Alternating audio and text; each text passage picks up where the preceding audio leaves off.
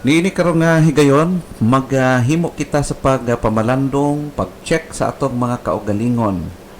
Atong check upon atong kaugalingon. No? Ang doktor naga-advise gyud sa matag tao, no? As much as possible every year na ginatawag og regular check-up to make sure nga kitang tanan healthy og maayo ang kantangan sa ato nga pagkinabuhi, no? Maiwasan ang mga seryoso nga mga sakit kung mapasagdan, kung naatay mga ginagmay nga gipangbati, ha? Mao kana siya ang usual o normal nga mga pag-advise kanato sa ato nga mga medical doctors. And I believe also nga sa atong spiritual nga aspect, we need regular check-up also. Now karon nga buntag atong tan-awon kini uban ang honest nga kasing-kasing o humble nga kinaiyahan nga atong tan-awon pagmaayo kung ang atong pagkinabuhi ba mao ba kini ang insakto or base kung dili na gyud maayo ang ato nga status in the sight of God. Ang question nga atong tan-awon karon is, am I spiritually backslide? Higala igsuon, gusto nako ipaabot kaninyo nga ang pag-backslide nato sometimes kita mismo nga nagka-experience ni ini nga maong sitwasyon, dili nato usahay ma-appreciate, di nato ma-recognize ang realidad nga kita di ay nagaabot na ni ini maong estado sa spirituhano nato nga pagkinabuhi. But if we are honest enough, if we are humble enough, masabtan nato true sa pulong sa Ginoo kung ang atong spiritual condition mao na ba kini o di pa, no? Am I spiritually backslide? Sometimes kung imong tan-awon higala, we usually say when someone stop joining to a group for worship or attending fellowship, he or she already backslidden. Mao na ang nasa ato ang mindset. Mao na ang nasa itong nauna nga katong nag-backslide, katong wala nagyod nagsimba, ha? Katong mga tao nga nagkinabuhi nagyod totally nga layo og sukwahi sa kabubuton sa Ginoo. Katong mga tao nga wala nagyod nag-attend, nag-apil-apil sa buluhaton sa Ginoo, kadto sila ang backslide. Now, well, kung imong tan-aw ni gala, tinuod ka na siya, no? Usa kato siya ka complete nga indication ng usa ka tawo nag-backslide yun sa iyang pagpangalagad, pagsunod sa Ginoo. But we need to go deeper, not only diha tataman, no? Honestly, we need to check ourselves if still we are in a good condition. Usually gala, karon sa atong kapanahonan, daghang mga tao nga maayog lawas, himsog sila, no? O tan-aw nimo murag okay kayo, pero deep inside, sulod sa ilang kasing-kasing, sulod sa ilang kinabuhi day, naa sila'y nag-umido nga mga sakit, naa sa ilang physical nga bahin sa ilang lawas, o mao ka na ang kamatuoran, no? Now, kita pod karon spiritually, siguro, nakitaan kita na at sa simbahan, wala tayo absent sa pagsimba, nagaparticipate sa buluhaton, pero wala dahil nabali nga sa inner nga bahin sa kinabuhi na anay problema o naka-experience na ni ining ginatawag nga pag-backslide, no? Now, ang question is, am I spiritually backslide? Now, atong pangutan-on, unsay gisulti ni Apostle Peter concerning ni ini nga maong pangutana or maong nga hilisgutanan in 2 Peter chapter 2. Basahon na to ang verse 20 down to verse 22. Ato makita mao kini. For if after they have escaped the pollutions of the world through the knowledge of the Lord and Savior Jesus Christ, they are again entangled therein and overcome, the latter end is worse with them than the beginning. In verse 21, for it had been better for them not to have known the way of righteousness than after they have known it to turn from the holy commandment delivered unto them. In verse 22, but it is happened unto them according to the true proverb, the dog is turned to his own vomit again, and the sow that was washed to her wallowing in the mire. Mao kana siya the way si Apostle Peter naga-illustrate sa ginatawag nato nga backsliding. According to some studies in this passage or specific verses na atong gibasa is referring to the false believers or false teachers. So shall we say, dili gid genuine, dili gid tinuod nga mga luwas, dili tinuod nga mga Bible teachers. Og ato makita nga for the meantime naka-appeal sila sa grupo, nagatabang sila sa pag-work within the church, then after that naghawa og makita na to ang full manifestation nga sila di ay dili gyud tinuod nga sakop ni Kristo. Mao kana siya.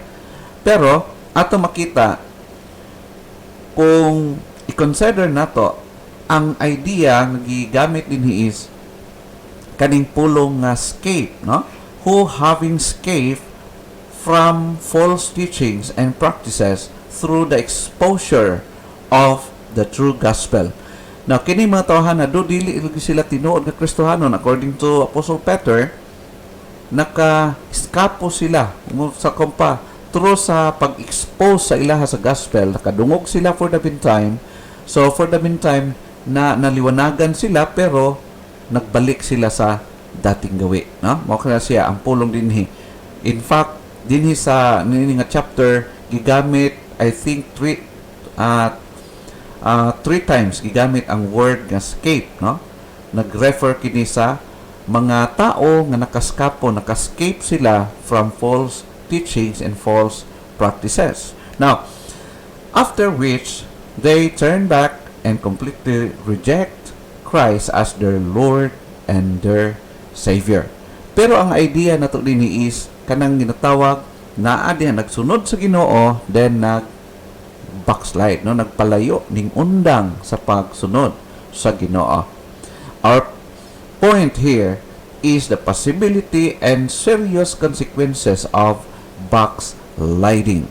Okay? Mao kini siya ang atong focus, ang ato nga tutukan pagmaayo. Unsa ang possibility or serious consequences niining ginatawag og backslide. Of course, first ato sang tan-awon kung kita ba nga itong estado ba karon o estados nato karon, ana ba ta sa estado nga nag-backslide kita or base kung walang takabantay, no? So atong i-check ang atong kaugalingon gala. Kay nganuman ang effect or ang consequences sa pag-backslide is far worse. Mo na ang gi-indicate ni Apostle Peter. Ingon siya, mas maayo pang wa sila nakabalo kaysa dihang nakabalo sila og ming talikod o ming biya sa pag-alagad, no? Far worse nga paghitabo. Ingon sa verse 20, nag-ingon din for if after they have escaped the pollutions of the world through the knowledge of the Lord and Savior Jesus Christ, they are again entangled therein. But pasabot, nagapos sila pagbalik. Ni-engage sila, ni-re-engage sila sa mali nga mga buhat. And overcome, amot pasabot, na pildi ang ilaha nga, tama unta nga pagkinumong, napildi, napulihan, o dili, tama.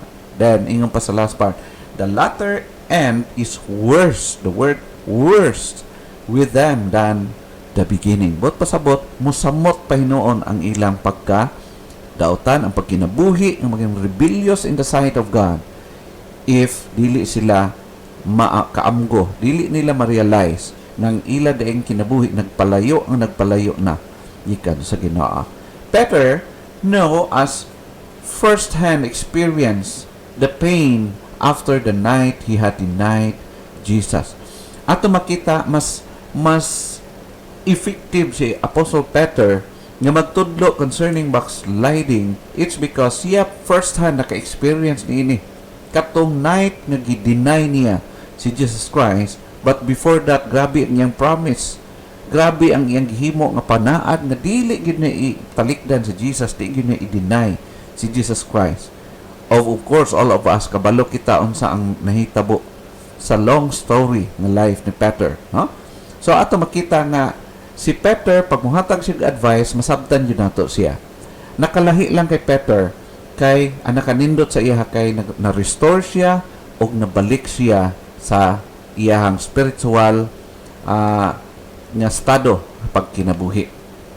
Now, the process of backsliding is gradual. Take note, dili ka na siya automatic nga mahitabo ang pag-backslide nga totally good, wala ka na nagsunod sa Ginoo. Adunay ginatawag proseso nga makita nato sa Bible. Sa backsliding, it is gradual. Take note, atong tan-awon hinay-hinay. Am I spiritually backslide? To be honest, siguro kung ikaw mo gauge sa imong kaugalingon, kung honest ka, makadetect ka na daan. Pero kung matawag na to nga wala kay idea kung unsa ang true indication sa backsliding, siguro for the meantime di pa kakabantay. Pero we need to know it now. Now, aduna indication. Indication number 1, pride. Okay? Unang indication sa backsliding is garbo, ang pride. Kung imong tan-awon in Mark chapter 14 verse 27 down to verse 31, dili nato basahon ang whole passage. I-quote lang nato ang mga importanteng butang. Nag-deal kini about sa boastful manner ni Peter, no? In a boastful manner, Peter claims he will not fall away or deny his Christ. Before sa night of denial, si Apostle Peter boastfully nag-claim siya, nag-promise siya nga dili gid niya talikdan si Jesus, no? Ingon sa Mark chapter 14 verse 29, mao kini ang exact words. But Peter said unto him, although all shall be offended, yet will not I. No? Ingat siya, bisan pa ang uban mo biya sa ako sa imuha Ginoo, bisan pa ang tanan mo dagan mga mukagiw sila, but ako dili gyud, no? Mao na iyaha gyud nga grabe nga pag-utter diha kan Jesus Christ, iyang promise kay Jesus Christ. In doing so, Peter takes the first step in backsliding. Sa pagbungat pa lang ni Peter sa iyang baba, siya naghimo na siyang unang lakang sa pag-backslide. Now, kung imong tan-awon ang previous verses, ato makitaan nga first, before niya kinigiater nga words, promise niya kay Jesus, si Jesus nag-ingon na, karon nga gabi this night, all of you will run. Okay? So, biyaan ako ninyo. Inyo akong isalikway. O, after that, si Peter nakadungog. Ingon din si Peter, Lord, bisan pa sila tanan mo biya sa imuha, pero ako never. No? O, wala na realize ni Apostle Peter, by saying that, he takes the first step in backsliding. Ning dominar na sa iya ang iyang garbo during that time. Unsay ingon sa Proverbs chapter 16 verse 18, ingon siya dinhi, pride goes before destruction and an arrogant spirit before a fall. Sa wala pay na distract, wala pay tumba, lukapa sa ilang pagkinabuhi, ang una usang nahitabo is garbo, ang garbo. No, bantayanan Kristohanon, bantayanan higala kining ginatawag nga garbo. Kani mangong garbo say di mabantayan, no? Labi na kung matandog ang atong ego, ay moingon ta unsay pagtuo nila na sila ray makabalo. Kinsa man na sila. So daghan kay tag mga pamulungon, daghan kay mga gina-utter na to nga words nag-signify sa atong pagka independent. Na murabitaw ka nang mabuhi ta nga wala ang uban. In fact, ang pulong sa Diyos nagsulti that all of us, we need each other. Nagkinahanglan ta sa matag usa, mutually. Now, mao kini ang kinaiyahan nga gisulti ni Apostol Pablo ngadto sa taga Corinto. Nakabalo man kitang tanan nga ang Corinthian church grabe kagubot, no? Grabe divided kay nga church. Lahi-lahi og mga mindset. Ang uban nagadapig-dapig sa mga leaders sa ilang simbahan. Iyon sa 1 Corinthians chapter 10 verse 11, remark ni Apostle Paul, ingon siya, "Now all these things happened unto them for examples, and they are written for our admonition, upon whom the ends of the world are come." Kung imong tanaw ng previous verses, nagahisgot si Apostle Pablo kung unsay gihimo sa Dios sa mga katawhan nga nag-una, nga supposed to be nakailag Dios, nakasalig sa Dios, pero nagkinabuhi nga layo diha sa kabubuton sa Dios. O gipangsilutan sila sa Ginoo, gipunish sila sa Ginoo. Ingon pa si Apostol Pablo as examples, no? Ato nga example, admonition, tambag ka nato nga unta dili kita mo follow sa ilang mga wrong steps sa pagkinabuhi. Now higala atong hinumdumon nga niining kinabuhia sa atong pagpangalagad sa Ginoo, naay duha ka examples nga atong gina-follow. It's either good examples or bad examples. So kinahanglan nga i-follow nato, sundo nato ang good example. Now, ang bad nga examples, pwede na ito makuha lesson in a negative way aron ma-avoid na to ang ilahang pagkakamali. Pero, never nga musundog ta sa ilang pagkakamali, it's because kung gipanis ang nag-una sa ato, silutan sa Ginoo, after na kinabuhi sila apart sa kabubuton sa Ginoo, sukwahi sa kabubuton sa Ginoo, labaw na kita nga ipanis usab sa Ginoo, labi na niya sa katapusan ng mga kapanahunan. Indication number 2, laziness. Dili lang ang una is pride. Kining ikaduha, laziness. Ang pride, dili na siya gustong i-check. Ang pride, dili gusto i-correct. Ang pride, dili gusto nga badlungon. Ang pride, dili gusto nga tudloan. Ang pride, dili gusto nga instructionan. Kay para manggod sa ilaha, hawd na sila o kabalo na sila o wala na dapat nga itudlo pa kanila. Now, higala, ang Bible nagsulti, mamatay na lang tang tanan, dili pa mahuman na to og tuon. Ang Bible, di na to ma-absorb ang kinatibuk-an sa Bible. That's the reality. O ato makita nga kinahanglan padayon kitang tudluan, padayon kitang i-train, padayon kitang hasaon diha sa kabubuton sa Ginoo.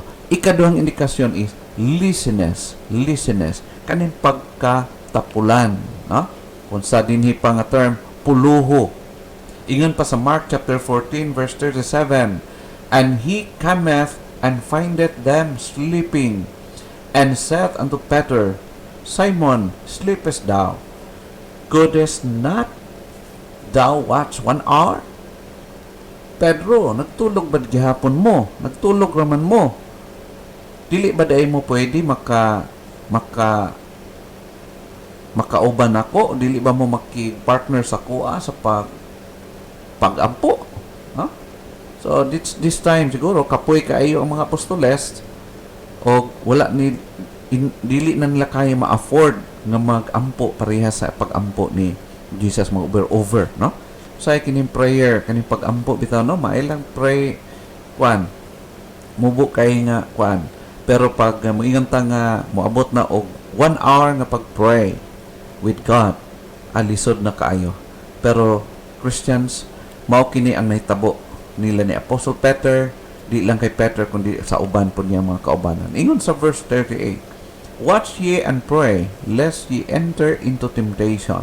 The spiritually is ready, but the flesh is weak." So naa sa atong desire spiritually, pero ang atong physical nga aspect mo surrender o mo undang, no? Mo undang, dili ta mo padayon. Now, listeners, kanang pagkatapulan. In Mark chapter 14 verse 41, "And he cometh the third time and saith unto them, Sleep on now and take your rest. It is enough. The hour is come. Behold, the Son of Man is betrayed into the hands of sinners. No? Nagtulog pagyapon mo, bago na, tama ng pagpahulay. Tanawa, niabot na ang time o ng anak sa tao, ang iyong Lord, ang iyong Master, gitugyan na nga to sa mga kamot sa dautan. No? The hour is come. So ato makita din ni Gala ang iyang ang laziness sa mga apostoles, siguro sobrang kakapoy. Nakita, usahay, sa bago pa kita na Kristohanon, grabe, kabaga-baga ang pangalagad, no? I experienced one time, din sa Baganga, no? Nga na, there was a time na usa ka tawo nag-anhi, Pastor, unsang oras magsimba ta karon? Giingnan ako siya nga, Sabado man karon, ugma pa ang simba. So, nakalimot si abi niya og Domingo na, no? Usay kaning bag-o pa ka magbaga-baga o bisan nga Sabado pa or Biyernes pa, feeling Sunday na. Pero moabot ang panahon nga magkaluya o bisan Sunday na, ang hunahuna niya Lunes pa. Ha? So usahay ingon ana ang mga kahitabo sa atong kinabuhi. And Jesus told them to keep watch, but Peter kept falling asleep. No? So Jesus Christ ingon, watch and pray. Then Peter, together with the other apostles, kept falling asleep. They lack of diligent preparation which caused them to be caught off guard for what was to follow. No? Kana bitong gikan ka natulog, igala niya, pukawon kag kalit. So di ka kabaloon sa inahitabo, wa ka kabaloon sa inahitabo, no? Pareha ka ganinang kadlaw, no? Naglinog di ay, pero wa mi kabalo. So, ma-amaze lang ka sa mga text messages nga nag-isgot about earthquake na wala ka kabalo. So, ingon ana, na usay makuratan ka pag mata o abi nimo unsay nagakahitabo sa palibot. So, without diligent preparation, usahay ma-caught off guard kita, no? Unaware kita. It would happen to us also. Brothers and sisters in Christ, without diligence, we too can be found unprepared.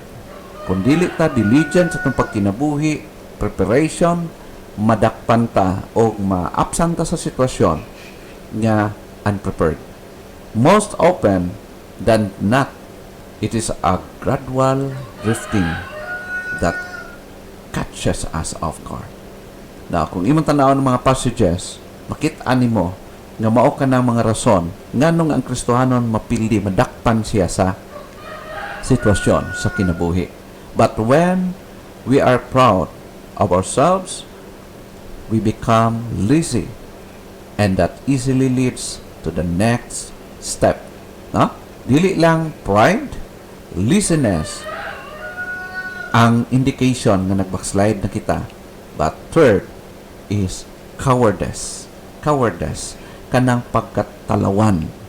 Iyon sa Mark chapter 14 verse 54.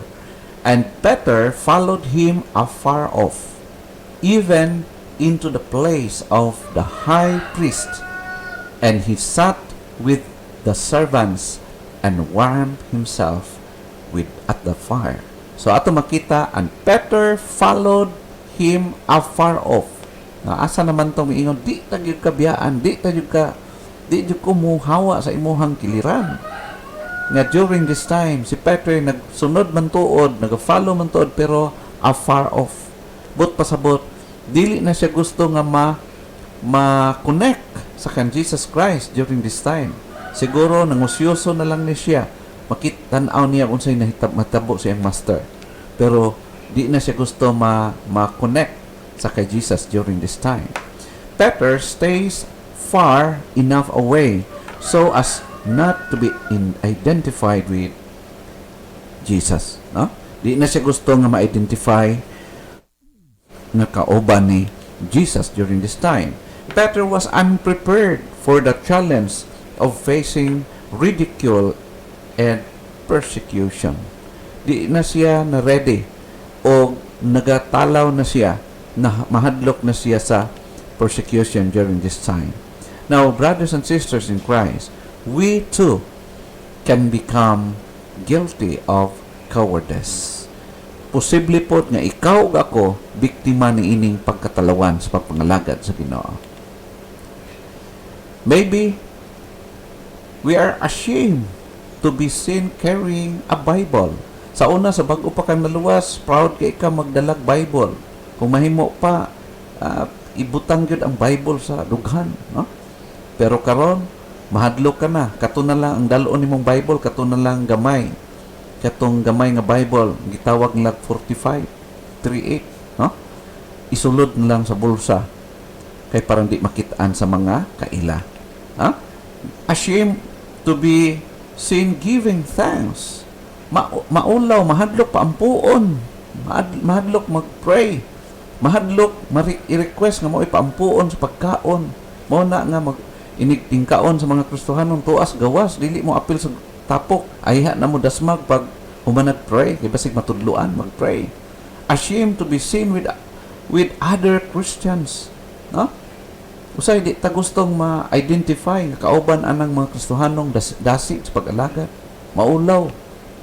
Perhaps even ashamed to let others know that we are Christians. Kung adto man sa grupo, dili lang gyud magsaba nga Christian da siya. Kay nga naman ikaulaw niya nga mabalaan siyang Kristohanon. Kay gusto po siya mo appeal unsay ginahimo sa mga dili Kristohanon. Now, Christians, according to Mark chapter 8 verse 38, remember this. Whosoever therefore shall be ashamed of me and of my words in this adulterous and sinful generation, of him also shall the Son of Man be ashamed, when he cometh in the glory of his Father, which with the holy angels. Very clear. You can say, this is Jesus Christ. Whosoever therefore shall be ashamed of me and of my words. Brothers and sisters in Christ, are you ashamed being Christian? Nagkakaulaw ba ka karon di ka ang imo bang mga co-workers, kauban nimo sa opisina, kauban nimo sa eskwelahan, kauban nimo estudyante, nakabalo ba silang Kristohanon ka or basi parihara og balhibo sa imong kauban diya sa imong grupo? Now, hinumdumon na ito Kristohanon, may naa kita gipakiglaban, nagabarog kita, dapat dili kita neutral, kundili mabalaan kita sa kalibutan that we are truly Christ follower. According sa Revelation chapter 21 verse 8, but the fearful and unbelieving, and the abominable and murderers, and wordmongers, and sorcerers, and adulterers, and all liars shall have their part in the lake which burneth with fire and brimstone, which is the second death. Ang pulong din nila kita fearful. Dili komo nga Christian ka, di ka na mahadlok. All of us could be guilty also of this kind of attitude. No? Mahadlok, mahibalaan na Kristohanon. Now, Christians, of course, if you are truly Christian, ang hell or ang lake of fire, dili na kini ma-experience. Pero, adunay consequence being fearful nga mahibalaan ka nga Christian o as witness ni Jesus Christ. Am I spiritually backslide? Ikaw karon? Pagkutan na imong kaugalingon, am I spiritually backslide? Naa ba ka niining indications? Pride? Di magpapadlong? Laziness? Kapoy magsimba? Kapoy magtabang sa buluhaton? Cowardice? Talawan? Di mahadlok mahibala ang Kristohanon? Now, part 1 pa lang kini sa atong pagtuon ni Gala. There are still some indications we need to know if we are backslidden or backslide or not. Hinaot niya ang pulong sa Diyos, nagapanalangin kanatong tanan.